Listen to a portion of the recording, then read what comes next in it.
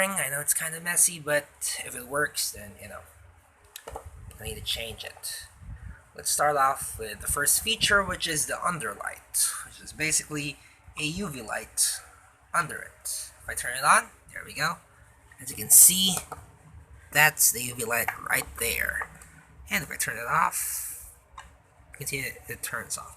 I'm gonna go closer so you can see the full effect.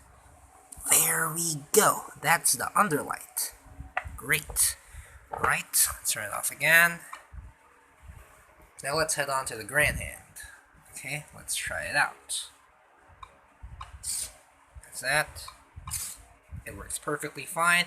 It is used for collecting slightly big or large rubbish on the floor, such as, crumpled papers, bottles, and stuff like that. Works good. The Epic pump, that's what it means, ejected liquid for the purpose of inner cleaning pump, is literally just a water pump, and the tube goes right behind here. So if I turn it on, it's gonna flow water right over here. You can spray it right there, and then the chest tool, which stands for the cleaning hand that efficiently soaks the surface, will go down and mop over it. Let's give that a try. There we go.